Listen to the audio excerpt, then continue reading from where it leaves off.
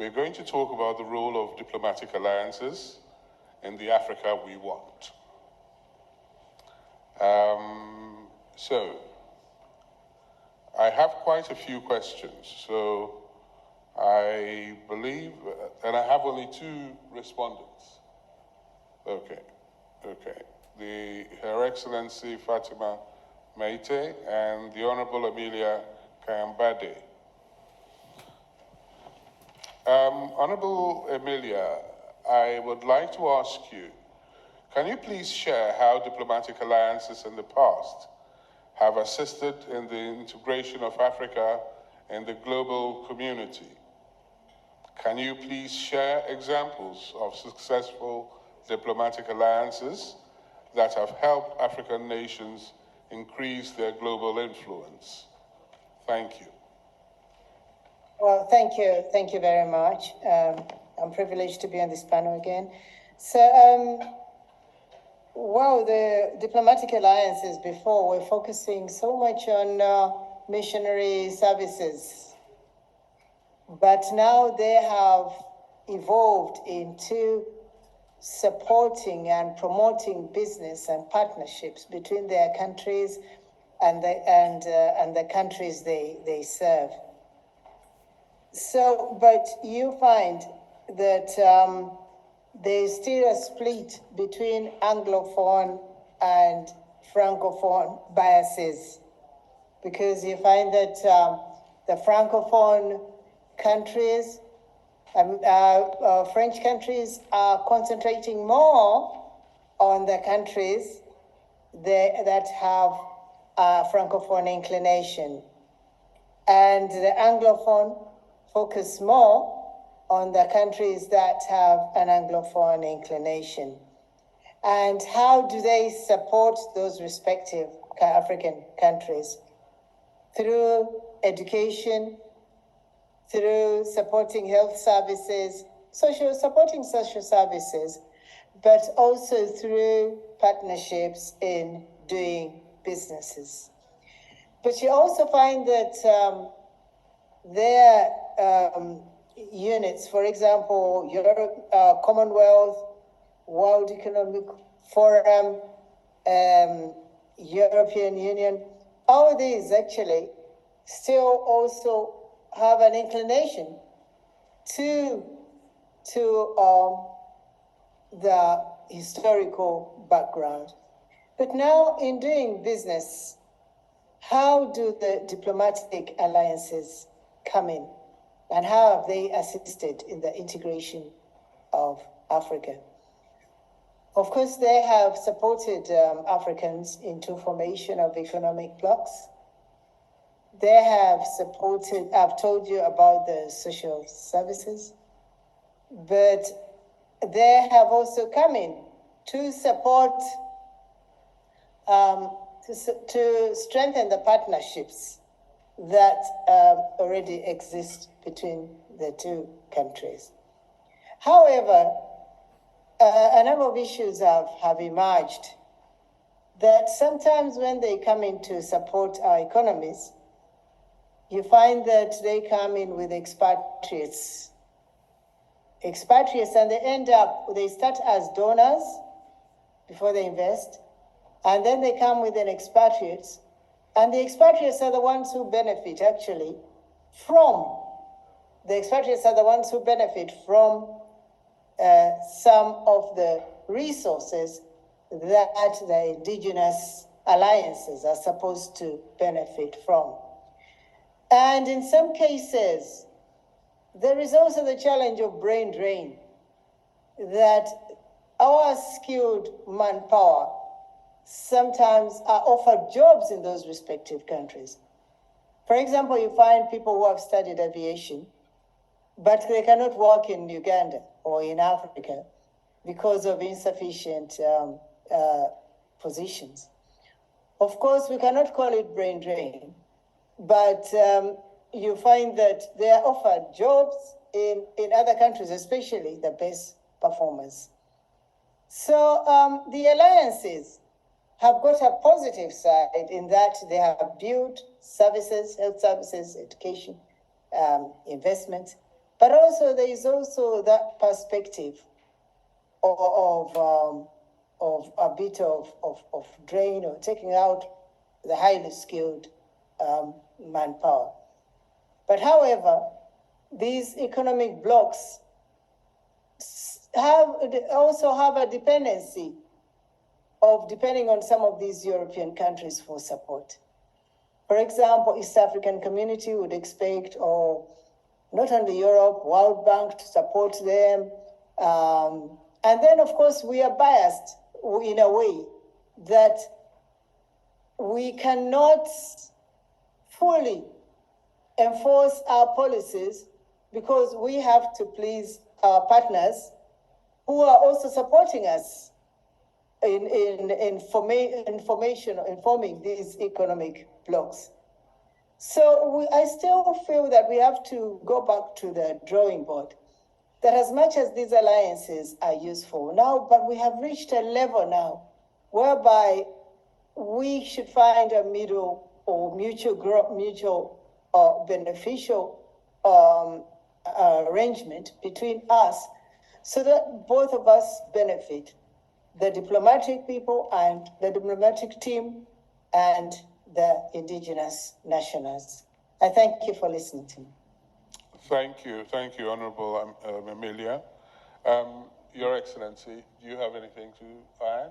Yes, I would like to add that Africa always had diplomacy, even in ancient time, and we had that Silk Road that links us to Asia, and we have also that diplomacy with Europe through exchanges of idea and culture.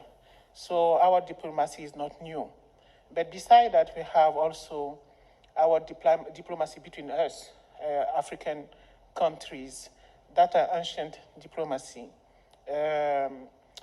We can also add that, like good practices. We have political diplomacy within Africa, our regional unions. We work on different issues, peace and security, economy. And we work with the world also on that diplomacy. We have education, economic diplomacy. For the education diplomacy, you will see that we have students coming to Canada, studying. A lot of old students are here. And they carry with them our culture, our know-how, and I think there are also the diaspora in Canada and African diaspora throughout the world are also the good diplomat of who we are.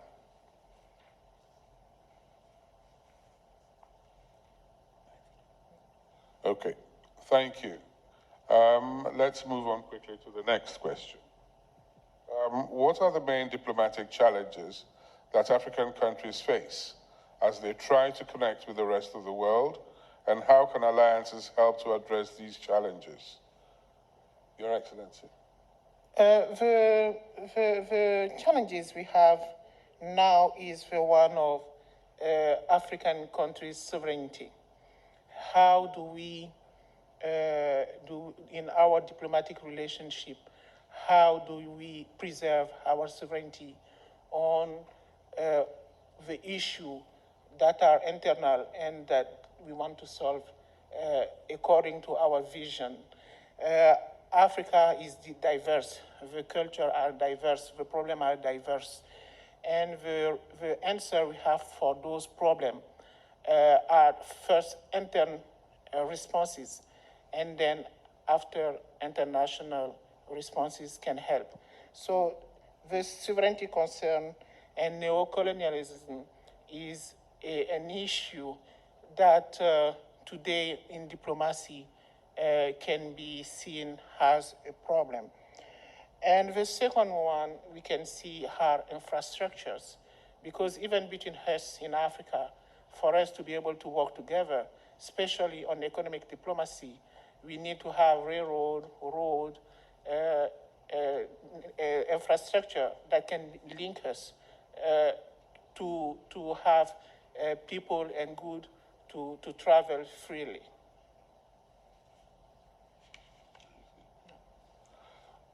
Honorable Emilia, do you have anything to add?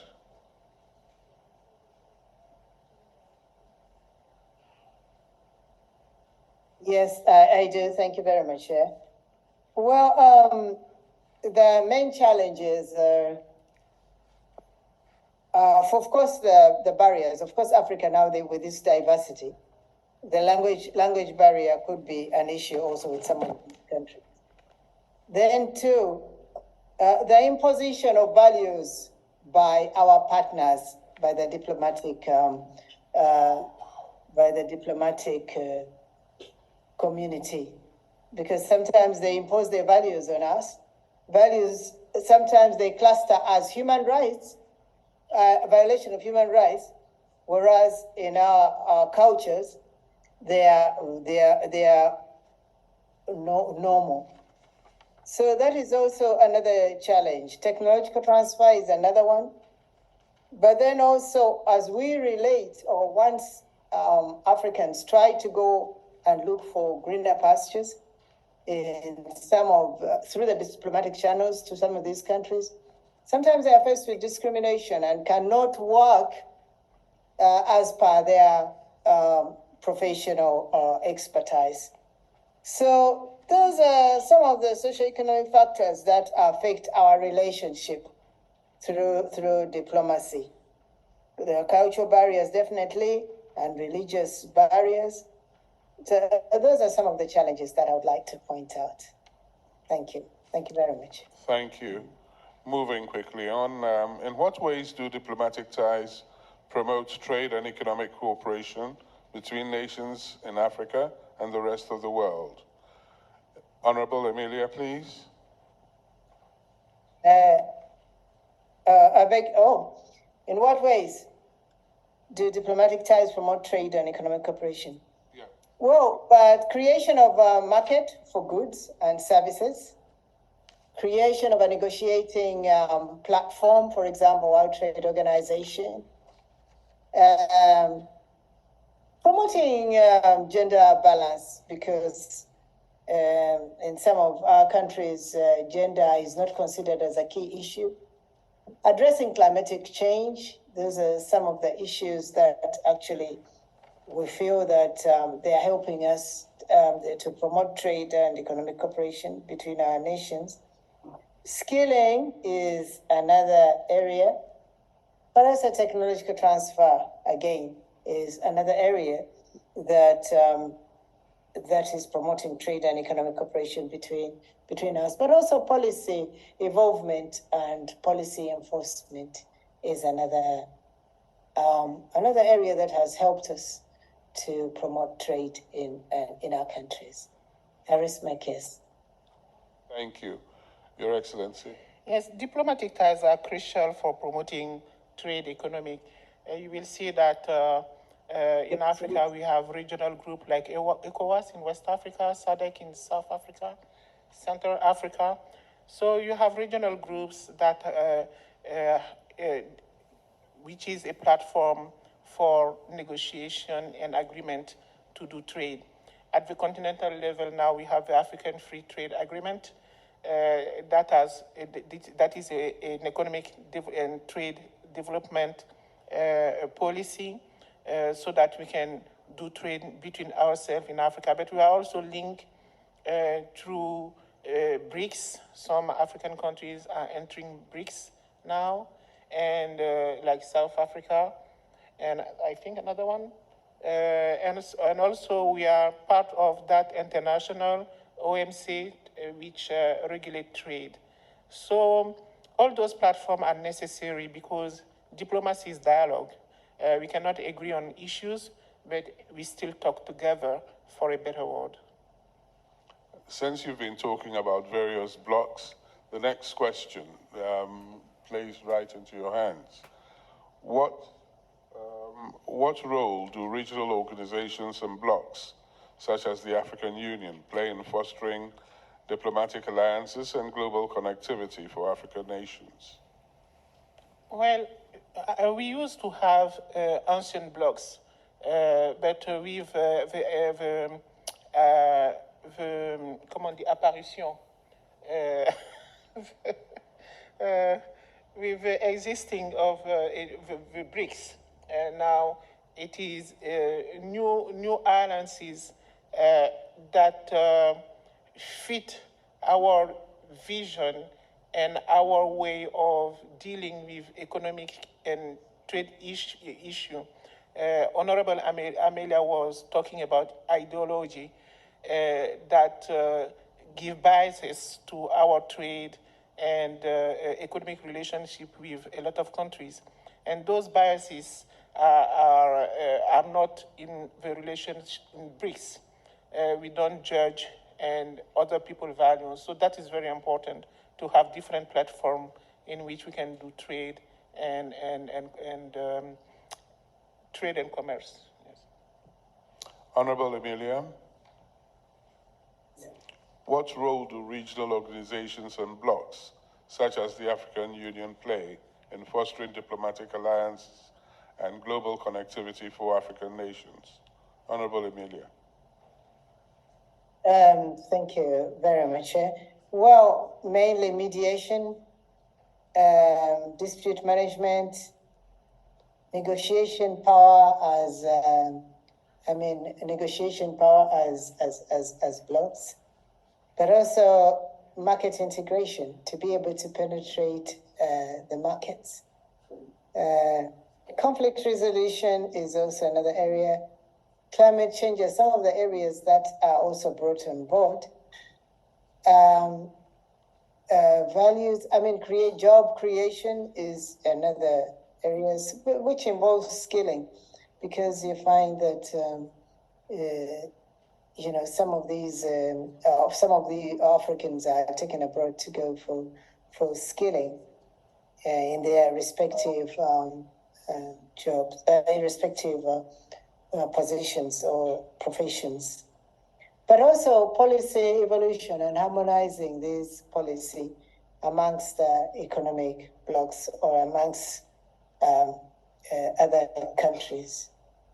So basically, those are the key issues that these diplomatic relationships help us or support us into navigating international trade agreements. Thank you. How do African countries balance diplomatic relationships between traditional partners and emerging global players like China, India, and Brazil? How can diplomatic alliances aid African nations in navigating international trade agreements and achieving beneficial terms for their economies? Honorable Amelia, please. Well, it is apparent that the answers I gave in my previous presentation actually are also similar to this. How do African countries balance diplomatic relations between traditional partners and emerging global players like China? Well, what they normally do is that they relate to each bloc or to each country according to its own terms with it. There are no standard terms. If I'm relating with China, the relationship I would have with China would not be the same as the relationship I have with the USA or the one I have with the UK. Well, I might want to buy certain items from China, and I might want to buy specific items from UK. For example, like in Uganda, you find that the people who are dealing in oil are just a few countries which have an expertise in that area. For example, Norway, certain countries which have the expertise in that specific. So it is according to expertise, but it is also according to knowledge and experience and what they have to offer, what we have to offer as equity and what they have to offer as our stakeholders. So balancing is on the basis of each individual or respective either economic bloc or specific countries. I thank you. Your Excellency.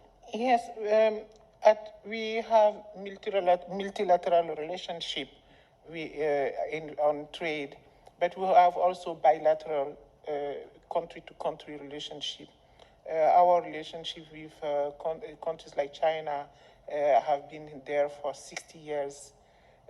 So those are traditional relationships. We are continuing building our economic, social, and political diplomacy. And also at the bilateral level, every country work for its interest regarding to its economic policy, social, and political policy. So the alliances now are very hard at international level because of different position on different issue, but still at the bilateral level, we are having our diplomacy, economic diplomacy with the BRICS countries. Thank you very much for that. Now, the last question.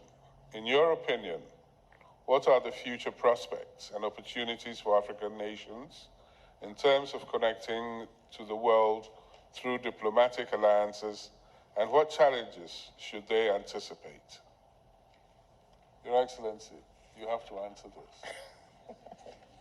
Yes, I think the opportunity we have is the African Continental Free Trade Agreement that 55 all the countries, African countries, agree on putting in place. But the challenges are the one we know is all countries are not at the same level of development. So how that agreement may be implemented. Infrastructure, how are we going to connect to each other to be able to do that trade? Languages, I'm from a French-speaking country, but I'm trying to manage here in English. How you are not managing, you're speaking English. So how the languages barrier will be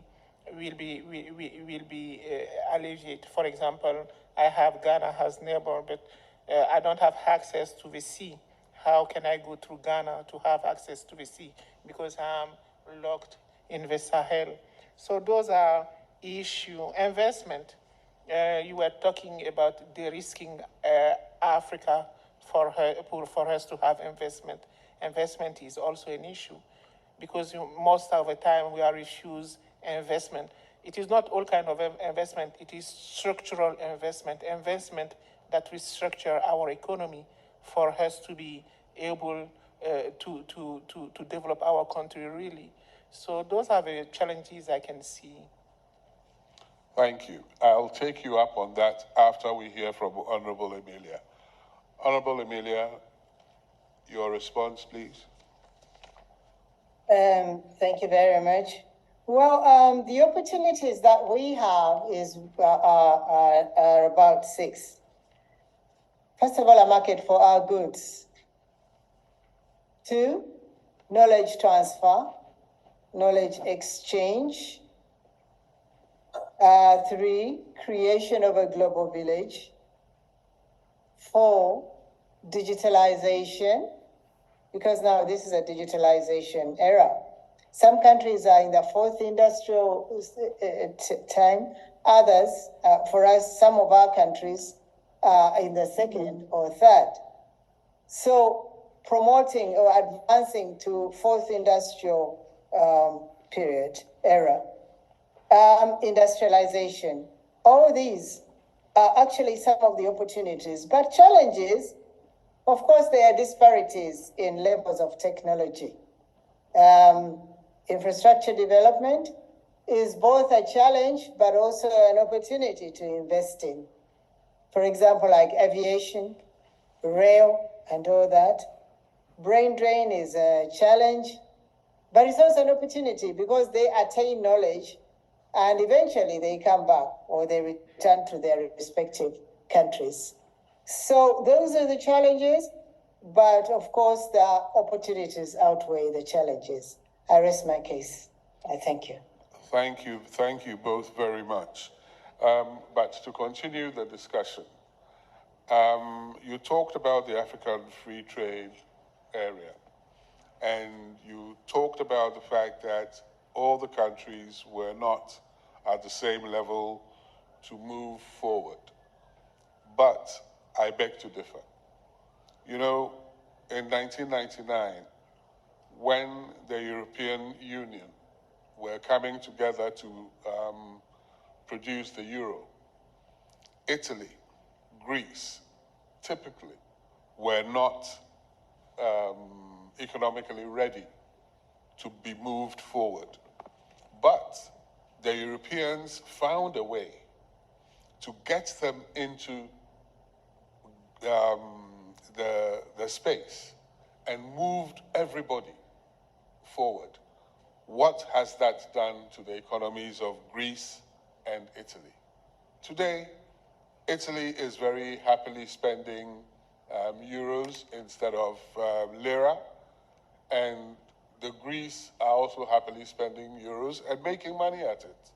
So we in the African Continental Free Trade Area should not focus on the economies of countries. It needs political will. We need to have the political will to move the agenda forward. We have delayed for such a long time, and now we are starting to trade amongst ourselves. We may be French, we may be English. That is an accident of history. But we are Africans, first and foremost, and we need to join hands together to move our agenda forward. We say we have 1.4 billion people. Yes, we do. What are we doing with them? Are we organizing them properly?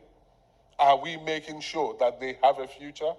Those are the questions that should agitate the minds of the African Continental Free Trade leaders. Not talking about people's economies and stuff like that. I don't agree. Okay, I understand that, but you also have to agree that not everybody is at the same level. I agree. That's not a problem. You make your point, I will make mine. And that is a reality. Mm-hmm. And what is good on that is that we all agree to get together. And what is more important, the agreement has a policy of perequation. That perequation said, if you are not at the same level economically, then the help you need to reach the other economic status, you will have that help. That is very important as a policy in the agreement.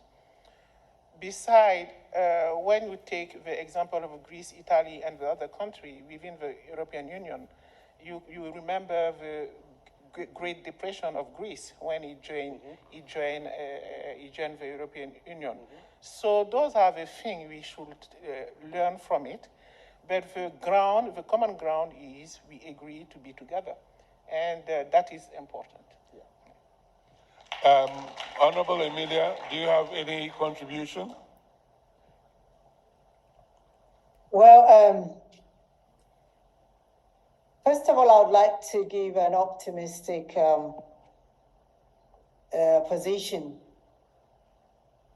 to the future prospects, opportunities for African nations. The fact that we formed the African Continental Free Trade Area was a big milestone in the trade and doing business, not only in Africa, but globally. The fact that we created a powerful negotiating platform was the biggest achievement that all our forefathers had been aspiring to do, but had not successfully done so, though they tried through AU and all that. So as we sit here in this forum, I feel that we have made great strides So the onus is upon us, we discussants who are here, to ensure that we comply with the policies therein, that we enforce trade and business amongst ourselves. So once we promote business amongst ourselves as African nations, we'll definitely be able to attract investors to come in. Instead of sitting here and talking about risks and de-risking and all that, let us consolidate our front so that we come out as a powerful force to be able to withstand the risks that we are anticipating. I thank you so much for listening to me. I feel that Africa is now more powerful than ever before. I thank you. Thank you, thank you. And on that note, I throw the floor open and I ask if people have any questions.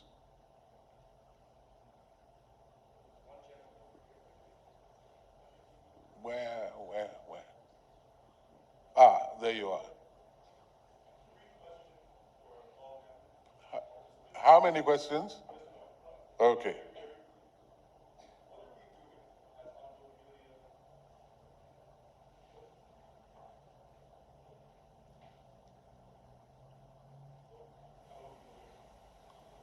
I can. Thank you. A united front in opening the borders to allow trade, intercontinental trade, to be developed. So as we know, AFCFTA has developed. What are we doing in terms of actual practical stages right now on the ground to allow the development to take place? In terms of opening the borders to allow human capital to go through intercontinental trade as well as, of course, goods. Your Excellency. Yes, that is a process, and you know that we have 55 countries, and everybody has his own way of managing his border. So now we have to have one, and they are working on it. They don't have the same tax system, and how they will work, who is losing what, who is gaining what. So those are processes that they are working on it. So it will be long, but we will get it. The thing that is important is that there is a will. We all understand that we have to do it, and that we are not coming back on that. If you must know, Kenya has opened its doors to all Africans, so that is a plus. Okay.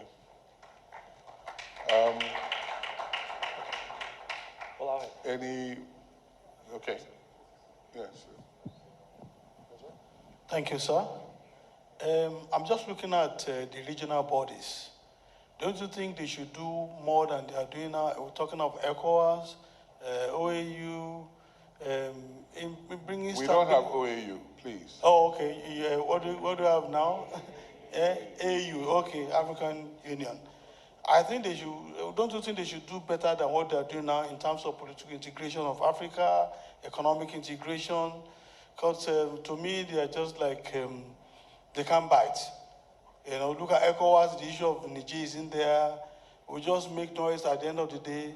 Then why is Africa not, look at European Union and so on, look at they trade amongst themselves, the same currency. Here you want to do something, you need to, even to transfer money from one bank to another in Nigeria, foreign something, the money has to come to Canada or US first before it now comes in there. Why is it that we cannot, in terms of monetary union, we can't trade among ourselves? And also the issue of the African free trade. I agree with Madam about, countries being at different levels. How is there a guarantee that some of these African nations will not be dumping ground? Because when you are at different levels, then even from Europe, you can come through North Africa and all those and become dumping, and the team become not achieving what it's supposed to achieve. The African treaty, the Continental African Trade Treaty, achieving what it's supposed to achieve at the end of the day. So the regional bodies, the African Free Continental Free Trade Area Agreement, not, being an instrument of dumping even goods from the West, to some African countries that are not at the same level as others. Thank you. Thank you. Honorable Amelia. Yes, I want to thank you very much. First of all, I would like to inform the August House that I was the chief negotiator of the African Continental Free Trade Area. I was elected by all the 55 of the 50, actually the 52 countries to be the chief negotiator. And I did that in good time. All countries didn't expect that we would be able to achieve that agreement within a year, but we did that. So I'd like to bring out some success areas. For example, ratification now, you find that 47 countries out of 54 have already submitted their instruments and have started negotiating terms of doing business with other countries, with other African countries. When you look at infrastructure development, most African countries now have opened up their airspace. For example, now for us, we've opened up recently a flight from here to directly to Nigeria, and it is a Uganda Airlines. You find we have a direct flight to South Africa and other African countries. And you find Rwanda is doing the same. You find most African countries now are creating airspace so that they are able to transport goods across countries. Talking about regional bodies, these regional bodies, they were there, but we were scattered. They are still there as economic blocs. But we realized that they were operating in silos. So creating an African Continental Free Trade Area has enabled these actual economic blocs to do business with themselves, with one another, because now you find that it is one platform for doing business. Now also visas. We are opening up visas. Now some countries, you do not need to get a visa to go there. For example, we and South Africa, before we're applying for visas, but now we just fly. So these are the terms that African Continental Free Trade Area is trying to negotiate so that they create clear airspace for you to move from one country to another. Of course, currency is an issue that is very high on the agenda. We want to discuss this and see if we can get one currency. So African Continental Free Trade Area is the best thing that ever happened to us. It is powerful and it is a negotiating base for all that. I'm optimistic that we will get there. There is a political will. Of course, there are some areas which have conflicts, but these conflicts are happening not only in Africa alone. You find that even in Europe, even in Asia, even in other countries. But we feel that we'll be able to resolve them. I thank you. Thank you so much, Honorable Amelia. And just to add to your to her answer, I know that the banks are trying to find a way to make payments between countries easier. I believe there's an African payment system in place. You know, it hasn't yet kicked off everywhere, but it started. I am very impatient to see that happen because I think once we are able to do that and we get ourselves to accept that as well as our currencies, we will be done. You know, I won't comment on the French bloc because I worry about them. I'll be asking you to speak in French. You'll ask me to speak in French. I won't. I've been speaking in English. Yes. So, can I take a last question? I'm told by time we are over time. I'm sorry. I'll be sitting next to you, so we'll talk. Yes. On that note, may I thank the Honorable Amelia and Her Excellency for going through all these questions, and it's been an honor chairing this session. Thank you.